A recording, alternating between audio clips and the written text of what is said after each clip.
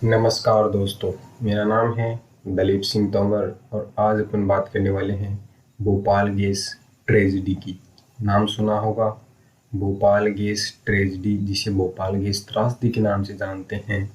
इसे अपन भोपाल गैस कांड के नाम से भी जानते हैं। आज इसी पर अपन बात करने वाले हैं। अगर मैं इस टॉपिक की बात करूं तो आपको पता होगा कि इसमें लाखों लोग प्रभावित हुए थे गैस के कारण। गैस के लीकेज होने के कारण लाखों लोग ऐसे थे जो प्रभावित हुए थे। उस समय ये जो घटना हुई थी वह डेट थी 2 और 3 दिसंबर 1984 और उस समय पूरे भोपाल की जनसंख्या हुआ करती थी 8.5 लाख। 8.5 लाख उस समय पूरे भोपाल की जनसंख्या हुआ करती थी और इस गैस लीकेज होने के कारण, इस गैस के कारण 6 लाख लोग ऐसे थे जो इस गैस के कारण प्रभावित हुए थे। हजारों लोग एक ही रात में मारे गए थे, इसी गैस के कारण उनकी मौत हुई थी। तो इसको पूरा सीक्वेंस से समझते हैं कि उस गैस कांड में क्या हुआ और वहां पर गैस का क्या काम था उस उद्योग में, यह भी अपन जानेंगे।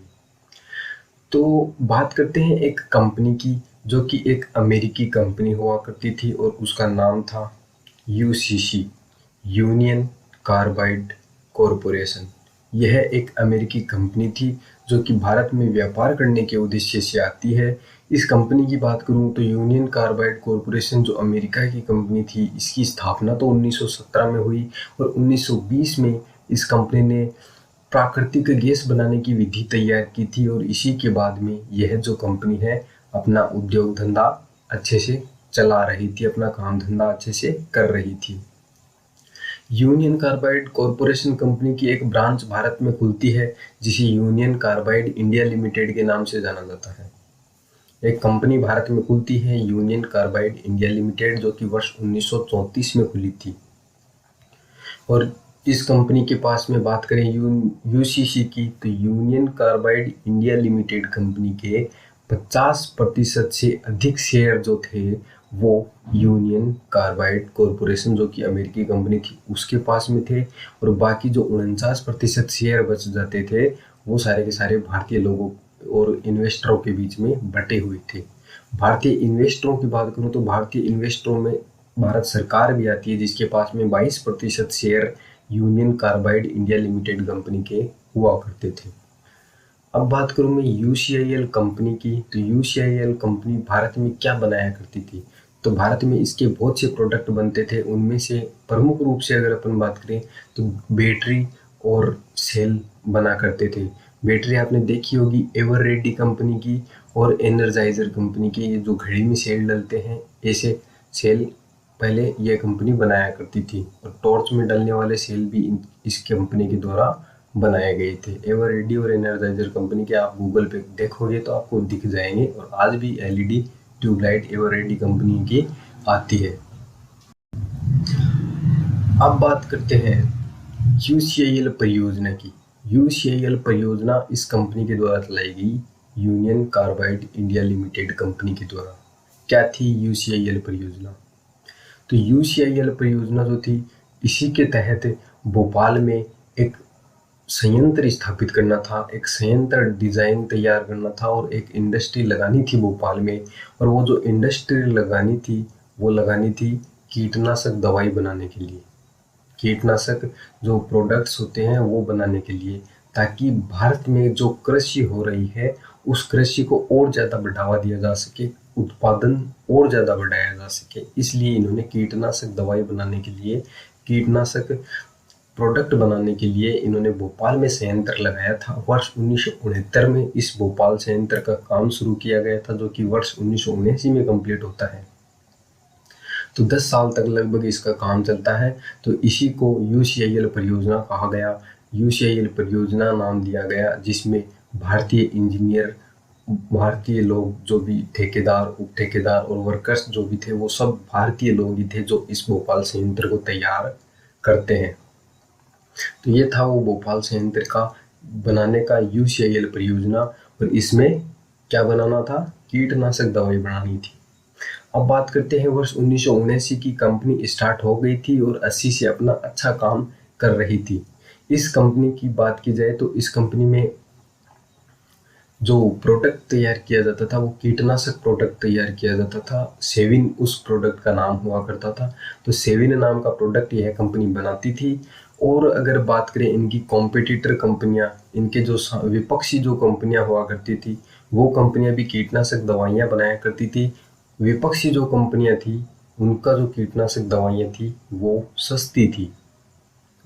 विपक्षी कंपनियों की कीटनाशक दवाइयां सस्ती थी, जिसकी वजह से इस कंपनी को घाटा सहन करना पड़ा। लोग इनके प्रोडक्ट को नहीं खरीद रहे थे और उस समय अकाल की भी स्थिति थी, जिस वजह से भी इनका जो प्रोडक्ट था वो महंगा प्रोडक्ट होने के कारण लोग नहीं खरीद पाए।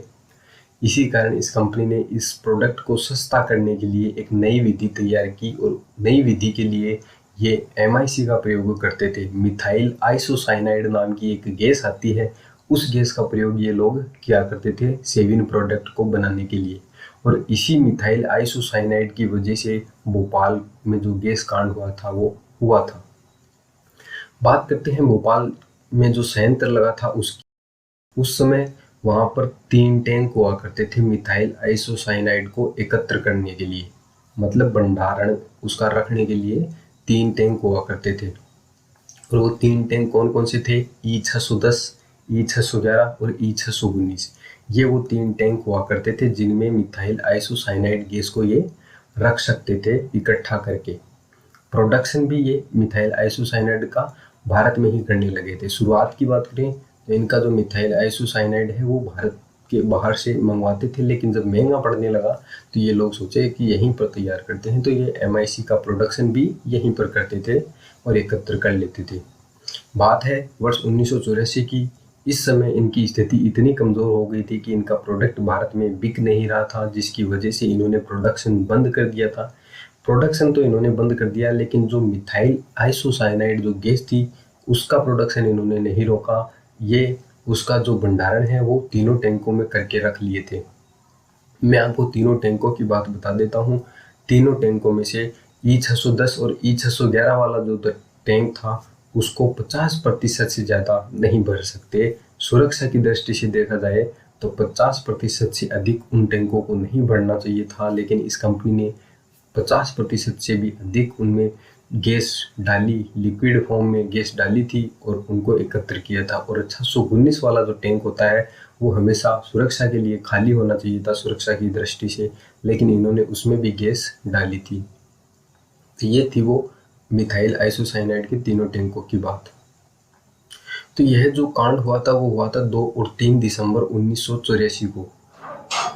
2 और 3 दिसंबर 1984।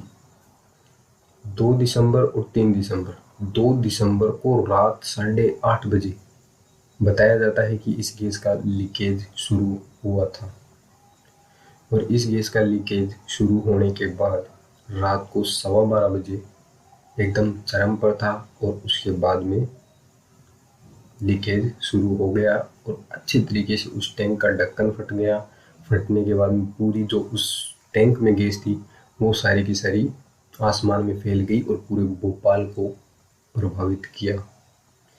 तो ये थी वो घटना जिसकी वजह से पूरा भोपाल प्रभावित हुआ था।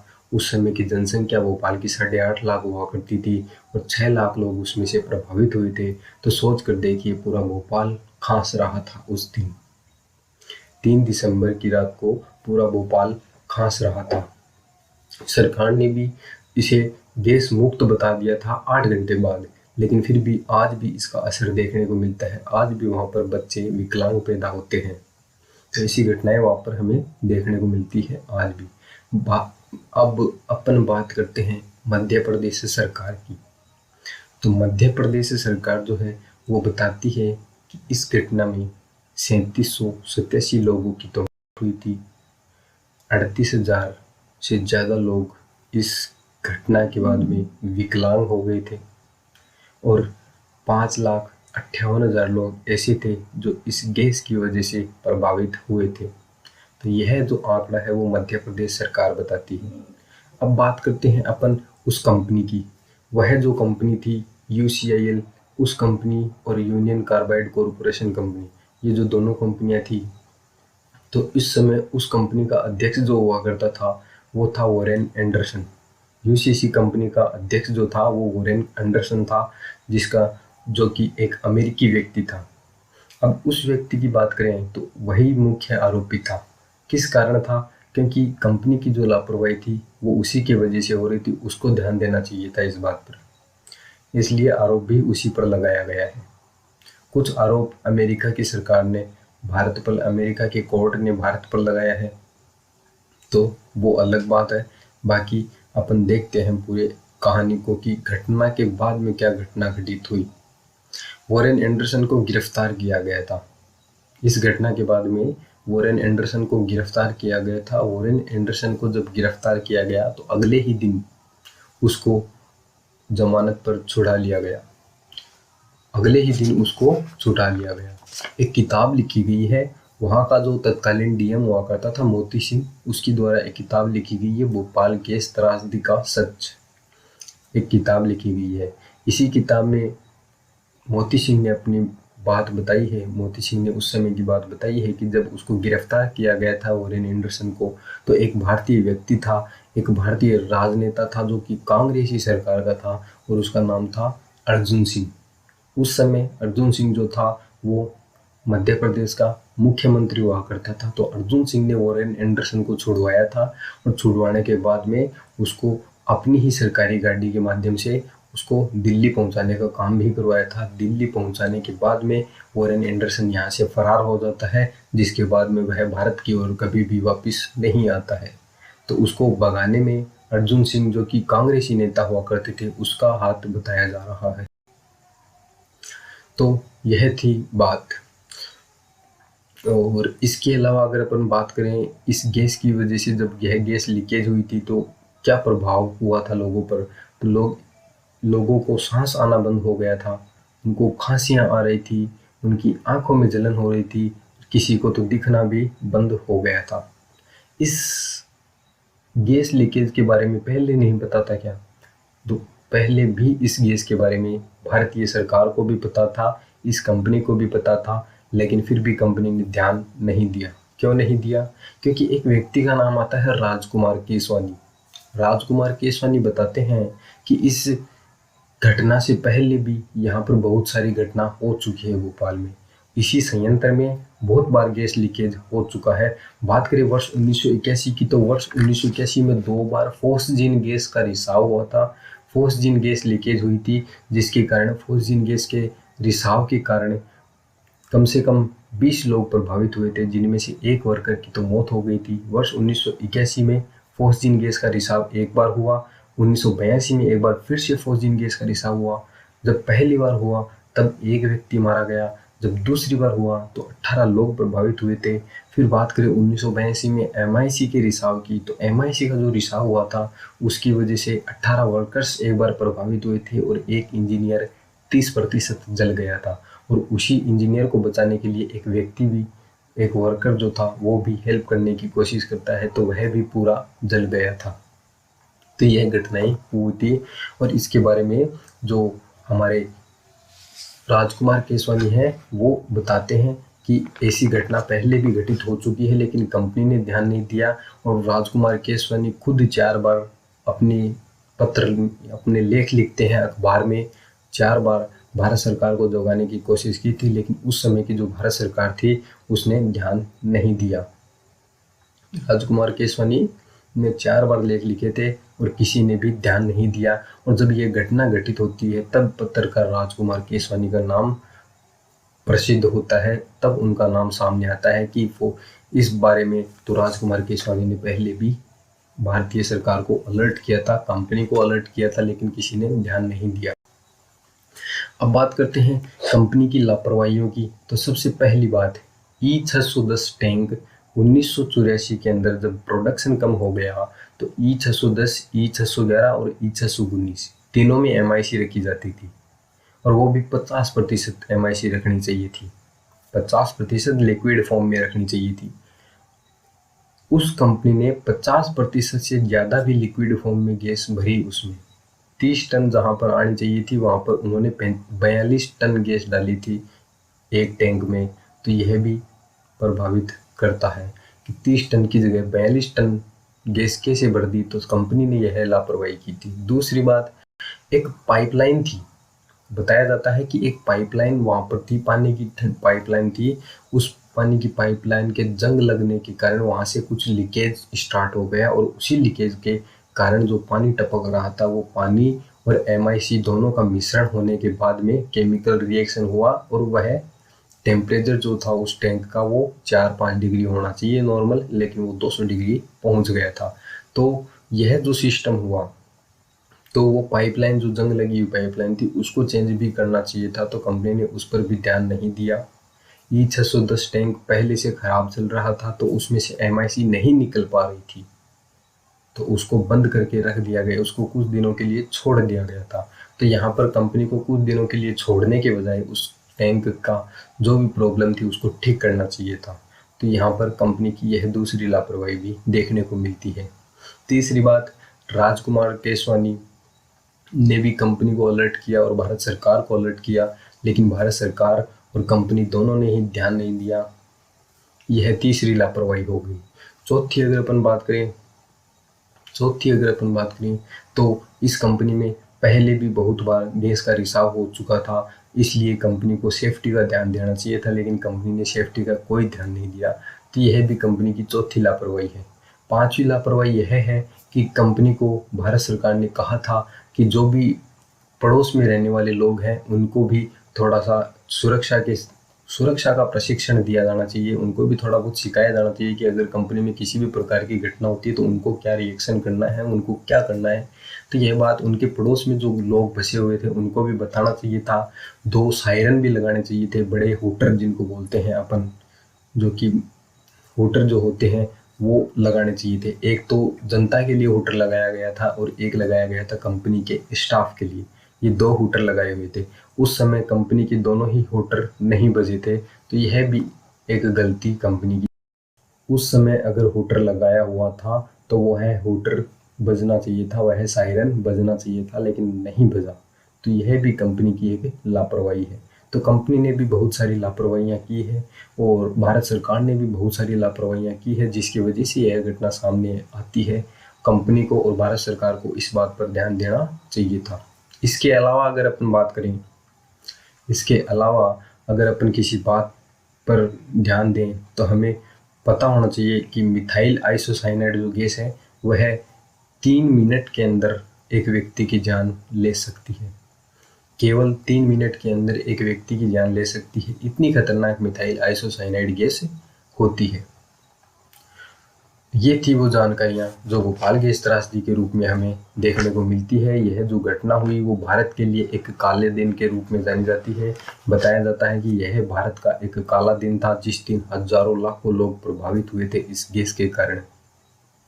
और बात करें वॉरेन एंडरसन की, तो मोती सिंह उस समय के DM वो बता रहे हैं कि वहाँ का जो CM है अर्जुन सिंह, उसने उसको भगवाया था यहाँ से, और भागने के बाद में वह फरार हो गया। कोर्ट ने उसके खिलाफ 2 बार गैर जमानती वारंट भी जारी किए, वर्ष 1992 और 2009 में, लेकिन उसको फिर भी पकड़ा नहीं गया। इसके अलावा अगर अपन बात करें तो अपन यह कह सकते हैं कि यह कंपनी भी बाद में नहीं चली और यह कंपनी बाद में बेच दी गई। किसको बेची गई? कलकत्ता की एक कंपनी हुआ करती थी रसेल इंडिया लिमिटेड, उस कंपनी को यह UCIL कंपनी बेच दी गई, union carbide India limited company बेच दी गई। तो उस रसेल इंडिया लिमिटेड कंपनी ने क्या किया? उस रसेल इंडिया लिमिटेड कंपनी ने इसका नाम बदल दिया और एवरेडी नाम रख दिया। एवरेडी इंडिया लिमिटेड इस कंपनी का नाम रख दिया। UCC कंपनी की बात करें तो यूनियन कार्बाइड कॉरपोरेशन कंपनी जो है वो डो केमिकल्स नाम की एक कंपनी है, उसके पास में है। तो ये थी वो जानकारी जो अपन ने भोपाल गैस त्रासदी के बारे में ली। धन्यवाद दोस्तों, आज के लिए इतना काफ़ी है।